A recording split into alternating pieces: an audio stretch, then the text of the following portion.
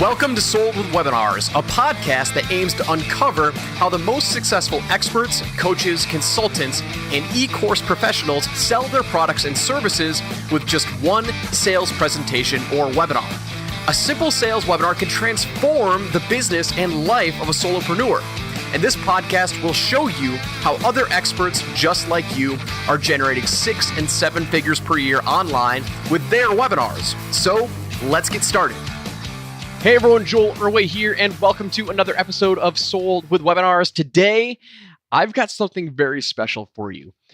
How would you like to learn how somebody quadrupled the business of one software company that he worked with? Now, if that sounds exciting to you, what if I told you that this same person 12x'd the growth of another software company that he worked with?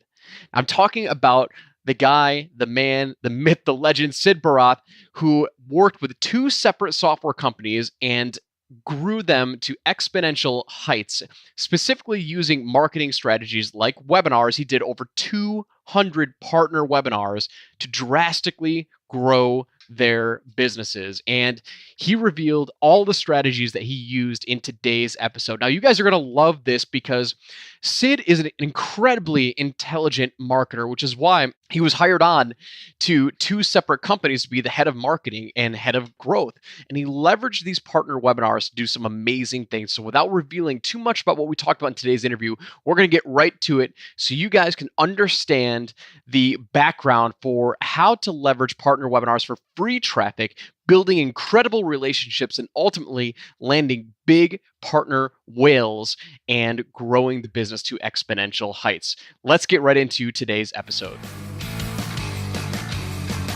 Sid, welcome, man. Welcome to the show. Joe, thank you so much for having me. I'm so excited. I've been seeing a lot of buzz about the show, and I love to be on it. Well, welcome, man. I believe you're going to be guest number, you may be 25, 24 or 25. I lost count by now, but by the time it gets released, we'll have the official number. But why don't you give my audience a quick background about who is the man, the myth, legend?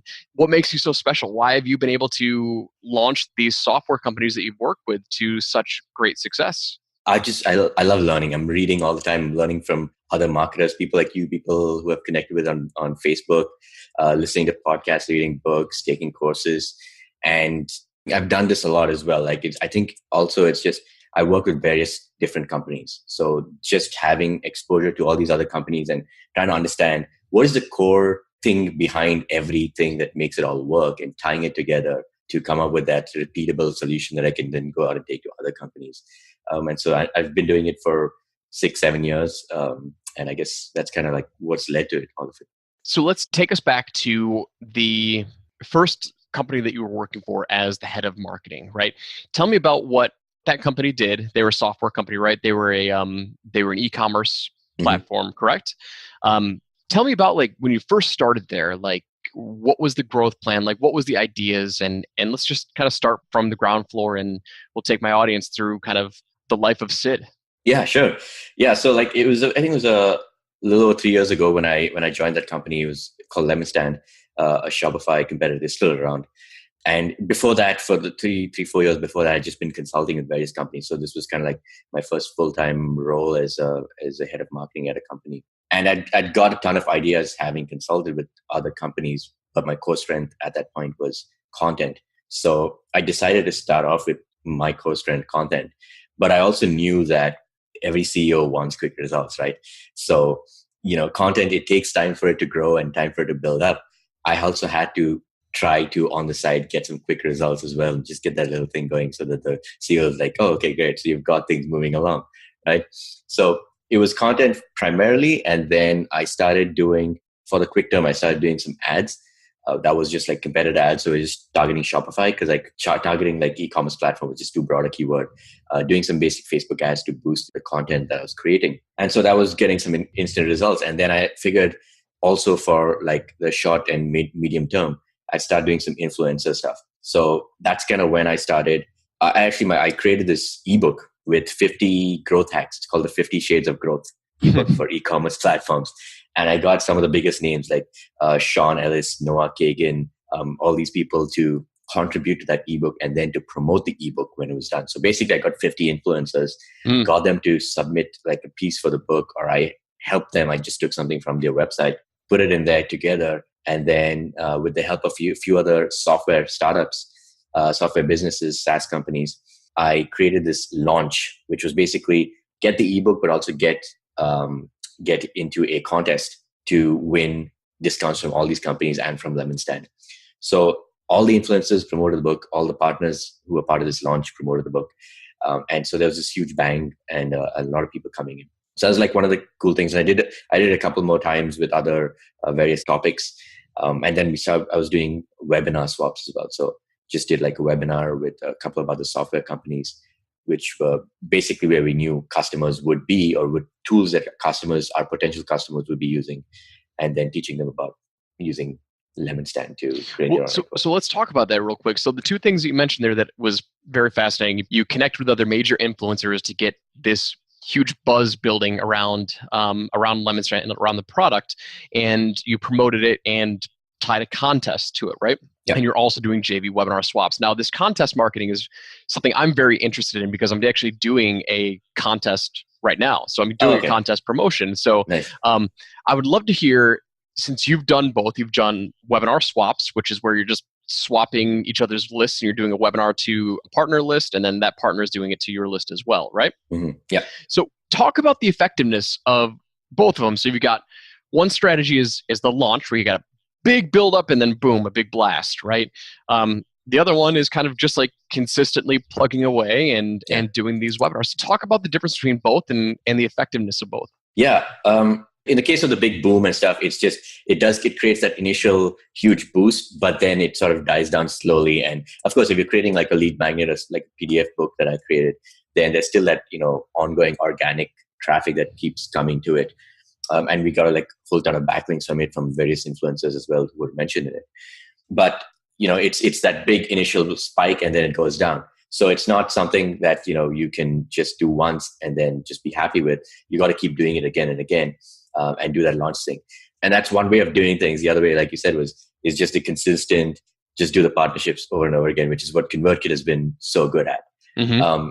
If you have a big enough team, I think you should try and balance the two, and you can have these big spikes. And because when you're doing a book, like a big promotion or boost like that, you get to connect with so many influencers at a time and start that relationship, which you can then convert into a partnership webinar down the road. So my suggestion is, if you have the team size for it, the resources, try to do both, and you'll get big spikes, but you also have that steady growth coming in with your partner webinars. If you can't, I do think you should sort of lean towards the partner webinar thing, because that is growth that you can depend on, versus with a big spike, you're not quite sure how big it will be, and because you're putting a lot of effort up front for a big payoff, and you're not quite sure if that ROI will come back. So I'm curious, doing this contest promotion, would you do it again or not? Like, how did it perform for you guys? Do you remember? That particular one, it performed really well. And I've done a few other types of contest promotions where it didn't perform as well. And I think looking back in all the data and what was different, the real core thing is, if you have a good list of partners or influencers or affiliates who are willing to push your contest on launch day, then your contest will be successful. Because the contest works on momentum, right? You have to have a whole bunch of people come in, and then they start to share it and whatever to get points and stuff. And that builds more momentum and it gets more people in and so on. But if you just only have a trickle of people coming in and one or two shares, it doesn't really go anywhere. It just sort of stays low. So to make it work, and if I was creating a campaign and I had the partners and affiliates and influencers, then yes, I'd totally do it again. If I didn't have all of that already, I wouldn't do that. Cool. All right. So for consistent growth and consistent strategy and consistent progress, you think the partner webinars, you recommend the partner webinars to just keep plugging along. And the great thing about partner webinars is you're building relationships with really awesome people. And that's the name of this game. That's the name of marketing. It's not like how quickly you can get the sales. It's like, who can you connect with to build these long-term relationships with? Mm-hmm. And I think people vastly underestimate why that works so well for webinars, because you're delivering such great content to somebody else's list. It's a win for them. It's a win for you. You get exposure, and there's really no downside with it at all. So Awesome. So that's what took LemonStand to 4x growth. So then you moved and you went to another software company, right? Yep. And so what happened now? What was your position in Thinkific, right? That was the next place you went? Yeah. Yeah. So Thinkific is, I joined them almost 2 years ago. And I joined as the VP of growth. So basically, it was just really a head of marketing role. I was the first marketer back then, employee number 9 or something like that, 9 or 10. Small company, small team. I knew the big boss man would want instant results. So I started doing some ads. But I also knew that getting these like long-term partnerships going and content going would also help in the long term. Mm-hmm. And so that's kind of what I was doing. And I was trying to do it all together. And so I was doing a bit of each. And then over the weeks, we were like, all right, this is working well. Let's hire someone for it to do it full time so that I can focus my time on other channels and testing out other channels. And so it followed that pattern where I would test out something. If it worked, we would outsource or hire someone for it. And I would move on to the next thing. And if it didn't work, I would scrap it and move on to the next thing. Cool. So then what were you testing? What were the core things that you saw were working, and what were the core things that you saw didn't work? Yeah, so we were testing after like initial brainstorming and just understanding the customer. We started, and everyone had thrown in a bunch of ideas. We started testing those ideas, like maybe optimizing the existing landing pages and funnel, trying to get new leads through affiliates or through an influencer or a software partner. And so things that didn't work initially was we realized that there was no point optimizing the funnel if we didn't have a lot of traffic coming in, and trying to optimize that would take a long time to get the data until we got like a ton of traffic and that we could test those things faster. So we shifted focus to just getting more traffic in. I tried a lot of ads. Some worked, some didn't. So we scrapped the ones that didn't. We worked on the ads that did. We tried Twitter ads, which didn't work, but Facebook ads worked. So we focused on that. And then the real big thing we saw was as I mentioned, ConvertKit was doing partner webinars, and we had a connection with them as they're an email platform. So I learned, and I'm talking to all these other marketers, seeing what they're doing, and I learned that all ConvertKit did every day was partner webinars. And so we're like, all right, we got to do more partner webinars. So we hired a guy. We did a few. It worked really well. And so we said, let's just hire a guy and let him just do all day long, just contact influencers, contact other software partners, just build that relationship and then book those webinars. And so that's kind of how we built that engine. So for somebody who's just getting started now and they're wondering, okay, well, how on earth am I going to contact these influencers? Do you have what was your strategy for contacting these influencers, and how would you reach out to them to get them to agree to a partner webinar? Would you do a commission split with them? Is it just purely a webinar swap where you're swapping each other's audiences? Like, what have you found works the best? Yeah. So, just when you're starting out, and we were just starting out at one point too, right? When we were starting out, we would have loved to have like the biggest names in the industry, like the John Lee Dumas type, help do the partner webinars with. But back then, today John Lee Dumas uses Thinkific. And so we finally, over the 2 years, built that relationship and got to the point. That's a cool story too, I'll tell you that. But back then we started with people who weren't all up there, who were, still building up their influence. And even if they sent us like 10 people, I'd still get on a webinar and do it, right? Because who knows, one day they may be big. But also it was slowly building up our base to which we could go to bigger and bigger influencers, and we could sort of work our way up the ladder, so to speak, to get those bigger names. Now, also at the same time, we were just like with Lewis Howes, John Lee Dumas type of people, just building those relationships. So John Lee Dumas, for example, had a book, a journal, product coming out. We helped him promote it. No ask. Just like, hey, we'll promote your book for you. We'll push it out to the list. That's it. And so we did this the first year, and then the second year, and then we took them out to dinner when we went to Social Media Marketing World, gave them hoodies and stuff. And we built up that relationship until the point was like, yeah, we should keep working together, right? And so it's sometimes it'll take 2 years, sometimes it'll take 2 days. But you start off with just giving value up front, just saying, hey, no questions asked, we'll help you. What do you need? What do you got going on? What launches do you have? I can help you promote. I can give you advice if I don't have a list. I can connect you with other people. And then as you give that value, then it's just like, hey, what can we do for you in return? Let's just do a webinar, that kind of thing. That's awesome. So I love that, by the way. And you know what's sad is that this sounds so simple. The strategy sounds so simple, which is give value first before you ever ask for anything in return. But most people don't do it. They're like, oh, they're going to reach out to 3 or 4 people. Nobody's going to respond. So they're going to say, doesn't work, and they're going to scrap it. Right? How many people do you think, when you started out at Thinkific, how many people do you think you reached out to? You said you did about 200 partner webinars. Yeah. How many people do you think you actually reached out to and asked for some sort of, promotion or whatever to get those 200? Way more than 200. Maybe I honestly, I don't know, but like we had a guy doing it full time. He probably did even let's say conservatively he did 10 a day. That's 3,000 a year, 6,000 over the 2 years, right? So, or maybe even more. So yeah, just that much, and those many webinars. But even then, like even if for the ones who didn't even respond or didn't bother, or responded but said no, it's not going to be a good fit. For those people who responded, we keep in touch. We just still keep building a relationship. Who knows? Maybe they can connect someone with us. Maybe they'll become a good fit at some point. So okay, so you do these partner webinars. You're reaching out to thousands of people, right? In my mind, I'm like, there can't be that many influencers out there. Like 3, 4, 5, 6,000 influencers, like in the marketing world. Like, where did you find all these people? And like, were you reaching out to other verticals, like even markets that could have been like a stretch? Like, or are these really all just marketing influencers or course creators? Like, where are you finding all these people? you'll be surprised.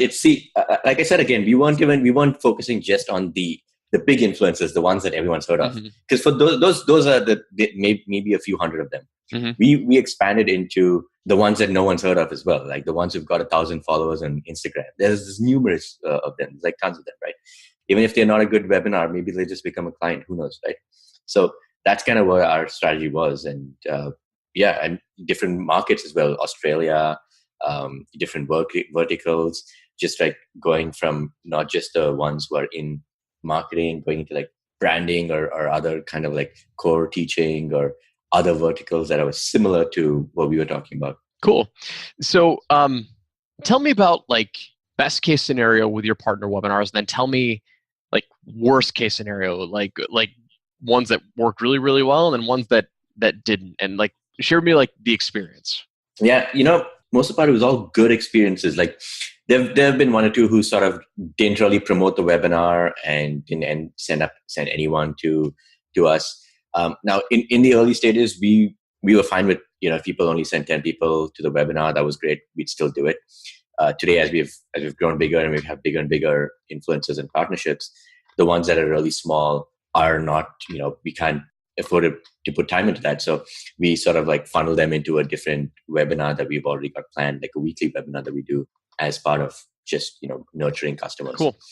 But for the really good ones, those are the ones that are sending us thousands of people to a single webinar, right? And it's everyone's there. They're really engaged. We are delivering a lot of great content. They love it. And, people are just eager to sign up and get our stuff at the end of it, right? Yep. That's cool. So like, take me inside one of those big webinars, like one of the big ones where like, holy crap, like we landed a whale, right? Yeah.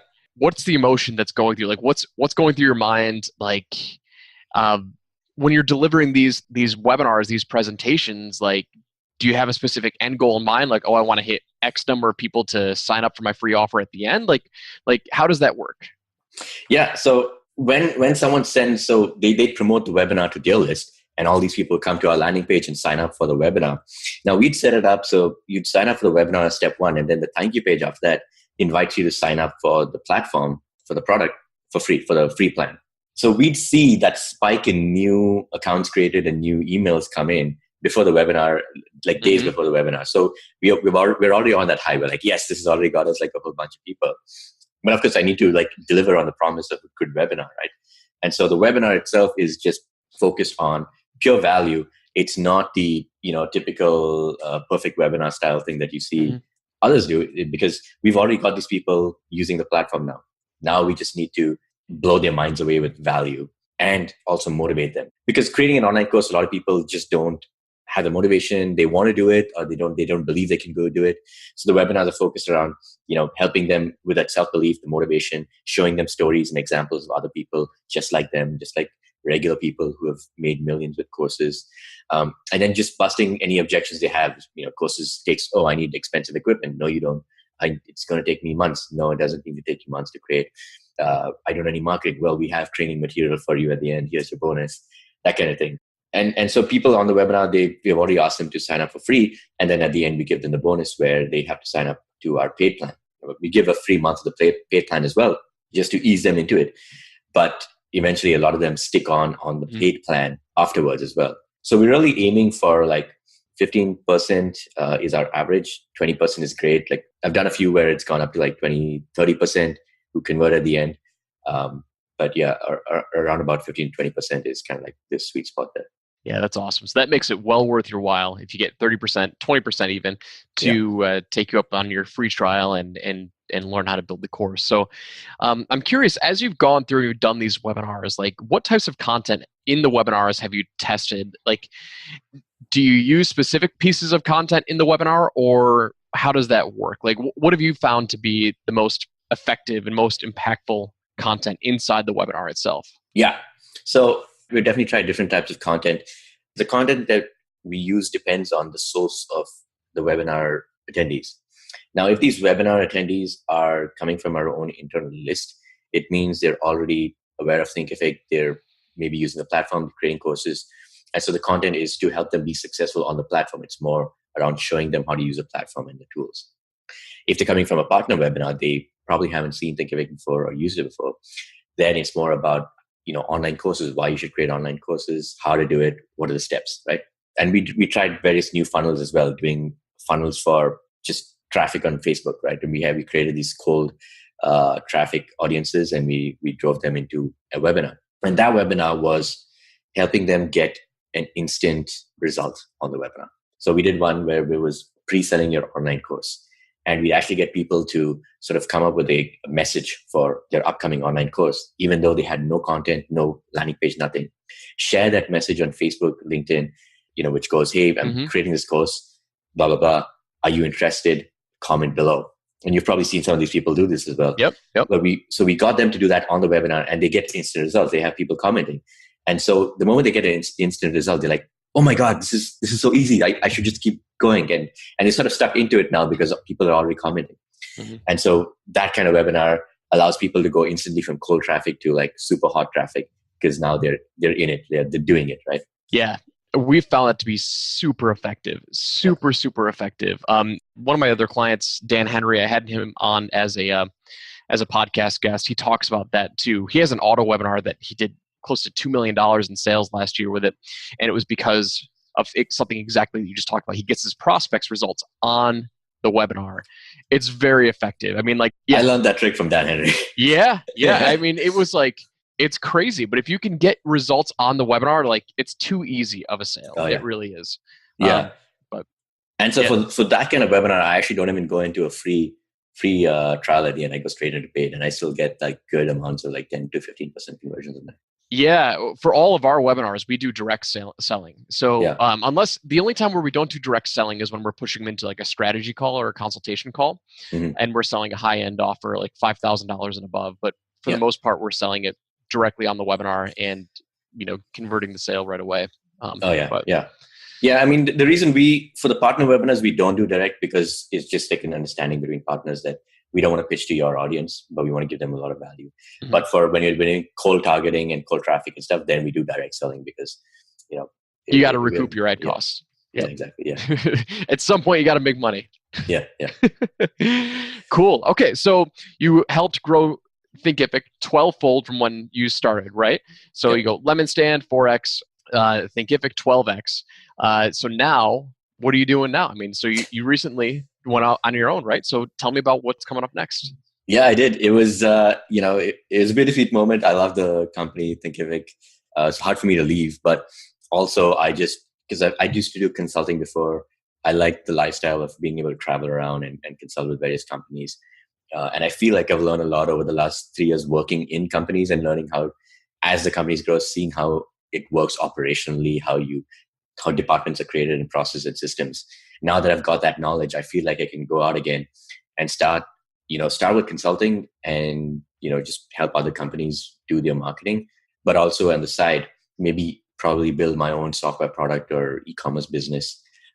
And using the same learnings that I had about growing a business, try to grow that business as well. Yeah, man, it's like the ultimate dream. When I was in marketing and sales before I jumped out on my own, I mean, you kind of see what the potential is. You're helping these companies grow by over tenfold. It's like, all right, it's time to it's time to stake my own claim and launch my own business. That's Exactly, awesome, man. Yeah. I mean, I know it's a bit of a selfish thought, but it's like, look, I'm helping these people grow to millions of dollars. I could do that to myself, right? Mm-hmm. At some point, you got to look out for yourself as well, right? So that's kind of what it was. It's awesome. So we talked about a ton today. I learned a ton. I love talking about partner webinars. I love talking about joint venture webinars because I do think that it's such an untapped market. At least coming from where I'm from, I come from a very much direct response marketing, paid traffic background. That's kind of how I jumped into this whole world. And so they're very much go direct to sale, do paid traffic, right? Yeah. But people don't realize there's so much more potential with free traffic and highly targeted traffic when you just put in the time, put in the effort to make connections, build bonds, build relationships, and then grow your list that way. Mm-hmm. And it's a lot less riskier. You build the great relationships of the John Lee Dumases or the big whales in your industry eventually. And, that's how you make the big impacts. And so, Sid, I had a great time. So where can people reach out and connect with you? Yeah, you can find me on sidbharath.com. SIDBHARATH.com. And my contact details are on there, my Facebook, Twitter, but even my email. Feel free to reach out if you need any help, advice, whatever. Yeah, let me know. Awesome, Sid. Well, that's going to wrap it up for us today. Sid, I had a blast, man. Everyone who's listening right now, go check out Sid. Go connect with him. The dude is super smart. Grown 2 software companies to extraordinary heights. He's doing some amazing things now on his own. So go connect with Sid.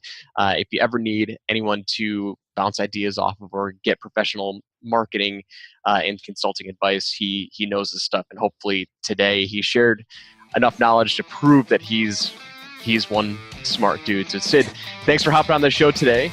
And any final parting thoughts? Thanks so much, Joe. I love this whole thing, and I'm looking forward to all the other episodes that you have as well. Yeah, man. I'm sure we'll be doing things in the future, and we're going to sign off for today, and we'll talk to you guys next time. Take care. Thanks so much for listening. We hope you enjoyed today's episode, and we look forward to giving you the next one. You can also follow and watch the behind-the-scenes look at how I'm personally launching a brand new 6- and 7-figure product from scratch at soldwithwebinars.com/TV. And if you'd like to come hang out with other fellow experts, join our Facebook group at soldwithwebinars.com/experts. Join us next time, and I'll see you there.